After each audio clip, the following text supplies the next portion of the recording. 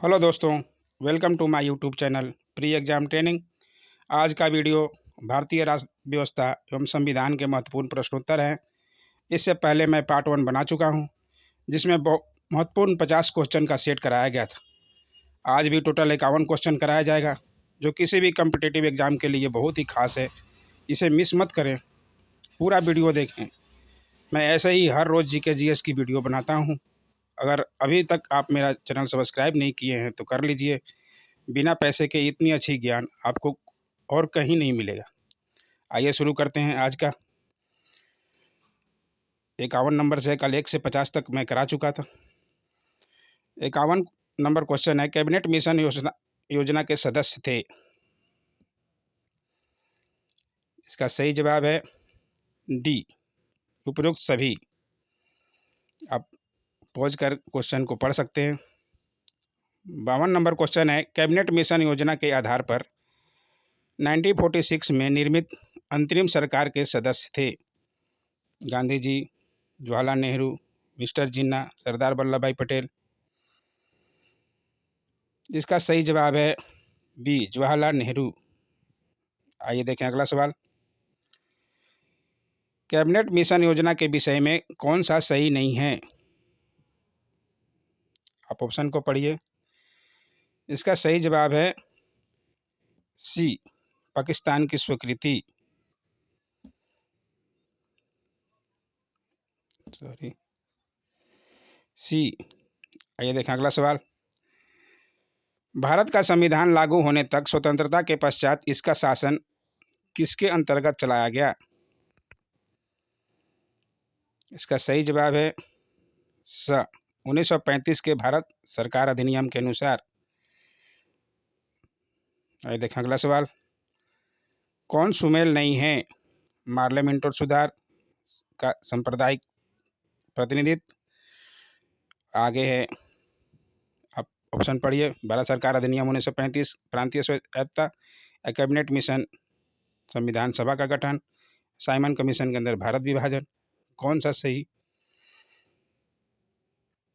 सुमेल नहीं है, ये बताना है। इसका सही जवाब है डी, साइमन कमीशन और भारत विभाजन नहीं हुआ था उस समय। अगला क्वेश्चन, भारतीयों को 1947 में सार्वभौम सत्ता सौंपने की योजना किस नाम से जानी जाती है? इसका सही जवाब है सी, माउंटबेटन योजना। ध्यान रखेंगे आप, इसमें सारे महत्वपूर्ण सवाल कराए जा रहे हैं। इसको मिस मत कीजिएगा, पूरा वीडियो देखिए। निम्न अधिनियमों को सही ढंग से मिलाइए। 3 दिया, इसमें 4 दिए हैं, आपको मिलान करना है। मैं इसका जवाब बता देता हूं। इसका सही जवाब है बी। देखिए, 1 का ला या व और र, ये सही जवाब है। आप क्वेश्चन को देख सकते हैं। अगला प्रश्न है, गवर्नर जनरल की कार्यकारिणी में नियुक्त प्रथम भारतीय सदस्य कौन थे? इसका सही जवाब है सत्येंद्र नाथ नारायण सिन्हा। अगला प्रश्न, 1935 के अधिनियम की विशेषता थी प्रांतीय स्वायत्तता, केंद्र में द्वैत शासन की स्थापना, भारत परिषद का अंत, उपयुक्त सभी। तो इसका सही जवाब है उपयुक्त सभी, ये सभी था। 60वां क्वेश्चन, अंग्रेजों ने क्रिप्स मिशन को भारत में किस उद्देश्य से भेजा था? आप ऑप्शन को पढ़ सकते हैं, मैं इसका जवाब बता दे रहा हूँ। इसका सही जवाब है सी, इंग्लैंड के युद्ध प्रयत्नों में भारतीयों का सहयोग प्राप्त करने हेतु। अगला प्रश्न देखते हैं, बेबल योजना को किस वर्ष रखा गया? इसका सही जवाब है 1945।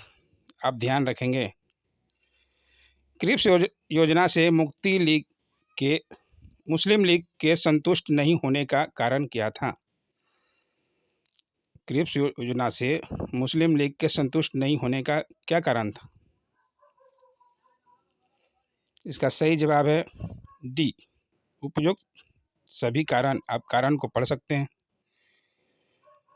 भारत और पाकिस्तान के रूप में विभाजन के प्रस्ताव किस योजना में रखे गए थे? इसका सही जवाब है डी, माउंटबेटन की योजना में। अगला प्रश्न, मैं ऑप्शन पढ़ूंगा तो बहुत वीडियो लंबा हो जाएगा, इसलिए मैं ऑप्शन नहीं पढ़ रहा। आप क्वेश्चन को पॉज कर देख सकते हैं। भारत में विभागीय प्रणाली का प्रारंभ किस अधिनियम द्वारा किया गया? इसका सही जवाब है बी, 1861 के अधिनियम द्वारा। अगला प्रश्न है, भारतीय स्वतंत्रता अधिनियम 1947 में किस योजना के प्रस्तावों को शामिल किया गया? इसका सही जवाब है सी, माउंटबेटन योजना। इसको आप ध्यान से पढ़िएगा, माउंटबेटन योजना। अगला प्रश्न है, शिमला सम्मेलन का आयोजन कब किया गया?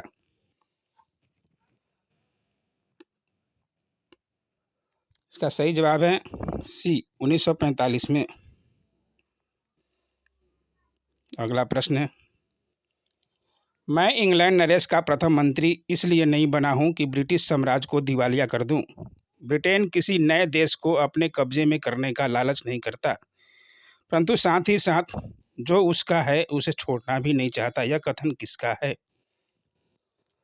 तो 67 का मैं सही आंसर बता दूं, ये है चर्चिल का। इसका सही जवाब है चर्चिल।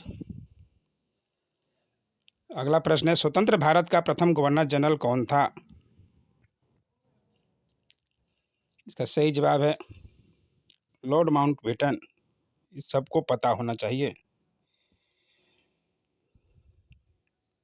अगला प्रश्न है, 1935 के अधिनियम के अंतर्गत स्थापित संघीय न्यायालय के निर्णयों के विरुद्ध अपील कहाँ की जा सकती थी?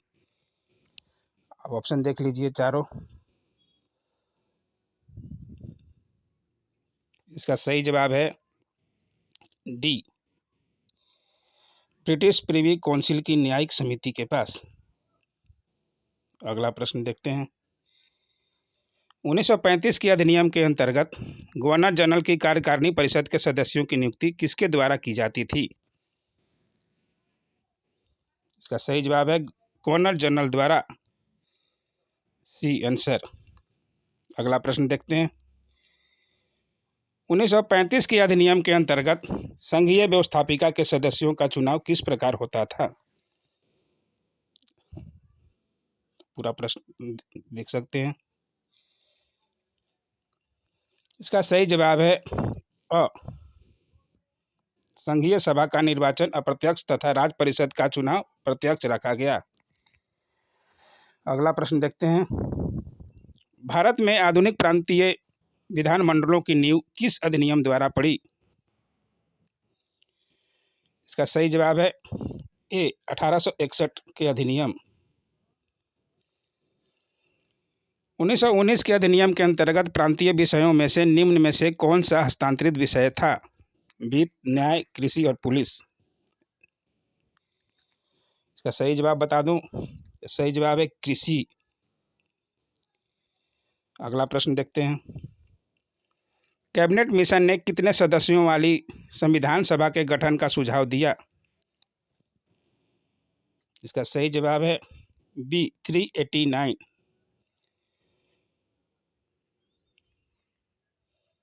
कैबिनेट मिशन ने अंतरिम सरकार के लिए कितने सदस्यों का सुझाव दिया? इसका सही जवाब है डी, 14। अगला प्रश्न देखते हैं, कैबिनेट मिशन योजना के अंतर्गत भारत में निर्मित अंतरिम सरकार में निम्न में से कौन सदस्य नहीं था? जवाहरलाल नेहरू, सरदार पटेल, डॉक्टर राजेंद्र प्रसाद, महात्मा गांधी।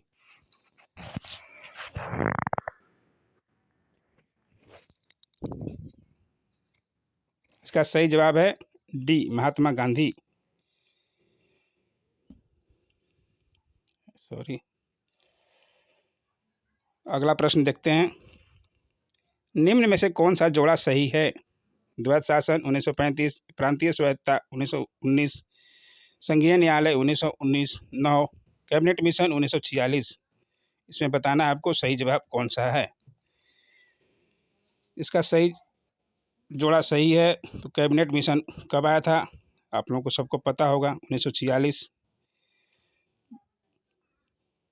अगला प्रश्न, ब्रिटिश शासन द्वारा किस भारतीय शासन अधिनियम द्वारा राष्ट्रीय एकता को गंभीर आघात पहुंचाया गया? 1909, 1919, 1935, उपयुक्त में से कोई नहीं। इसका सही जवाब है 1909 में। अगला सवाल, भारत का गवर्नर जनरल किसका प्रतिनिधि होता था? 79 का सही जवाब ब्रिटिश सम्राट का। अगला सवाल, भारत में उत्तरदायी शासन की स्थापना के लक्ष्य की घोषणा ब्रिटिश सरकार द्वारा कब की गई? इसका सही जवाब है बी 1917 में। इसको ध्यान रखेंगे आप। अगला प्रश्न, कैबिनेट मिशन योजना के अनुसार संविधान सभा के चुनाव कब संपन्न हुए?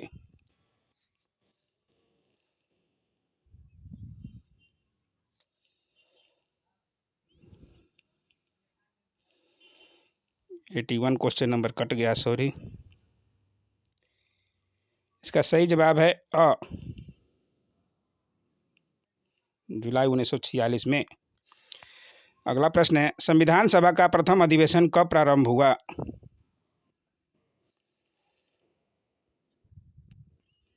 सब लोगों को पता होना चाहिए। सही जवाब है इसका 9 दिसंबर 1946 को। संविधान बनने में 2 वर्ष 11 माह और 18 दिन लगे हैं। अगला प्रश्न, संविधान सभा के अस्थायी अध्यक्ष पद पर किसको निर्वाचित किया गया? ये भी बहुत महत्वपूर्ण है और सबको शायद इसका पता होना चाहिए।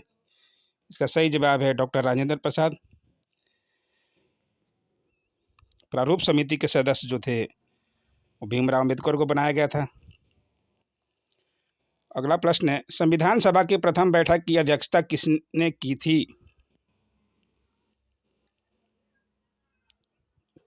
इसका सही जवाब है डी सच्चिदानंद सिन्हा। अगला प्रश्न है, मुस्लिम लीग ने कितनी संविधान सभा की मांग की थी? इसका सही जवाब है बी 2। अगला प्रश्न, संविधान सभा के सदस्यों का निर्वाचन किस आधार पर किया गया था? ऑप्शन आप देखिए। इसका सही जवाब है बी जनता द्वारा अप्रत्यक्ष निर्वाचन के आधार पर। अगला सवाल, संविधान सभा का संवैधानिक सलाहकार किसे नियुक्त किया गया? इसका सही जवाब है डॉक्टर BN राव। इसे आप ध्यान रखेंगे, अधिकतर एग्जामों में ऐसे सवाल पूछे जाते हैं। अगला प्रश्न है, संविधान सभा में उद्देश्य प्रस्ताव कब रखा गया? ये भी बहुत ही मोस्ट इम्पोर्टेंट है। इसका सही जवाब है 13 दिसंबर 1946 को। इसे आप ध्यान रखेंगे। अगला प्रश्न है, संविधान की प्रारूप समिति के अध्यक्ष कौन थे? अभी अभी मैंने बताया डॉक्टर भीमराव अंबेडकर जी को प्रारूप समिति का अध्यक्ष बनाया गया था। अगला प्रश्न है, राष्ट्रीय ध्वज को संविधान सभा ने कब स्वीकार किया था? इसमें कोई भी प्रश्न जो है फालतू का नहीं है, इसमें सारे ही मोस्ट इम्पोर्टेंट है, इसलिए आप पूरा वीडियो देखिए। अगर आपको सही में ज्ञान प्राप्त करना है, सही में सफलता प्राप्त करनी है, तो वीडियो को पूरा देखना पड़ेगा। राष्ट्रीय ध्वज को संविधान सभा ने कब स्वीकार किया था? इसका सही जवाब आपको मैं बता दूं, सी 22 जुलाई 1947 को। अगला प्रश्न देखते हैं, संविधान निर्मात्री सभा ने में झंडा समिति के अध्यक्ष कौन थे? इसका सही जवाब है JV कृपलानी। इसे आप ध्यान रखेंगे। संविधान सभा में किस देशी रियासत के प्रतिनिधि सम्मिलित नहीं थे? आपको बताना है। इसका सही जवाब मैं बता दूं, हैदराबाद के। अगला प्रश्न, संविधान सभा में उद्देश्य प्रस्ताव किसने प्रस्तावित किया? इसका सही जवाब है जवाहरलाल नेहरू। ये सबको पता होना चाहिए। अगला प्रश्न है, संविधान निर्मात्री सभा में ने राष्ट्रीय गान को कब स्वीकार किया? इसका सही जवाब है 24 जनवरी 1950 को, जो कि 26 जनवरी 1950 का भारत जब देश आज़ाद हुआ था पूर्ण रूप से, उसमें गाना गाया गया था। अगला प्रश्न, देश की स्वतंत्रता के पश्चात संविधान सभा की प्रथम बैठक कब हुई? इसका सही जवाब है 31 अक्टूबर 1947 को। ध्यान रखिएगा इसे। अगला प्रश्न, संविधान के विभिन्न पक्षों के संबंध में अध्ययन हेतु संविधान सभा ने कितनी समितियां नियुक्त की? इसका सही जवाब है डी 13।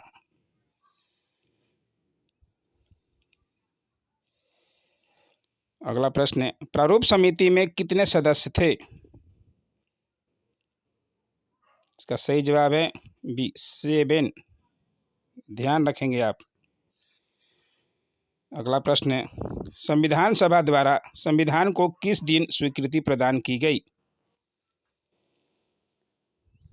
संविधान को कब अंगीकार किया गया था? ये सबको शायद पता होना चाहिए। ऐसे ऐसे प्रश्न अगर नहीं पता है तो आप क्या जानते हैं? इसका सही जवाब है 26 नवंबर 1949 को। अगला प्रश्न देखते हैं, भारत की संविधान सभा में निम्न में से किस दल को प्रतिनिधित्व प्राप्त नहीं था?